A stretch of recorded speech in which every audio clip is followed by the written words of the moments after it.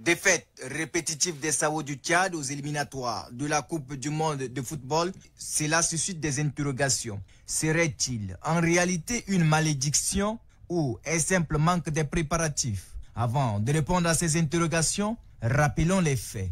Les Sao ont encaissé 3 buts face aux Aigles du Mali en novembre 2023, encore 3 autres buts face aux Barea de Madagascar en novembre de la même année. Ils viennent de s'incliner encore face à la RCA, un but, ce 5 juin 2024.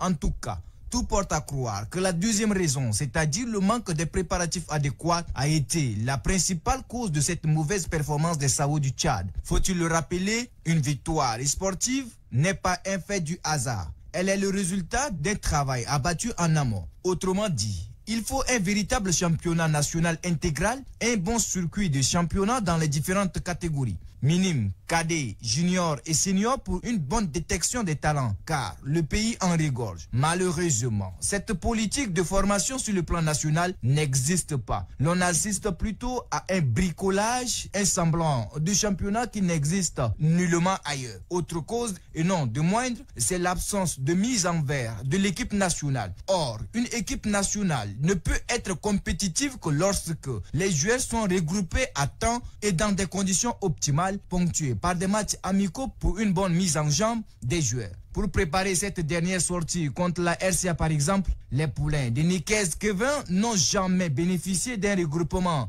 Puis encore, certains joueurs expatriés n'ont pu rejoindre le groupe qu'à la veille du match, alors que d'autres n'ont pas pu répondre à l'appel faute de visa, dit-on.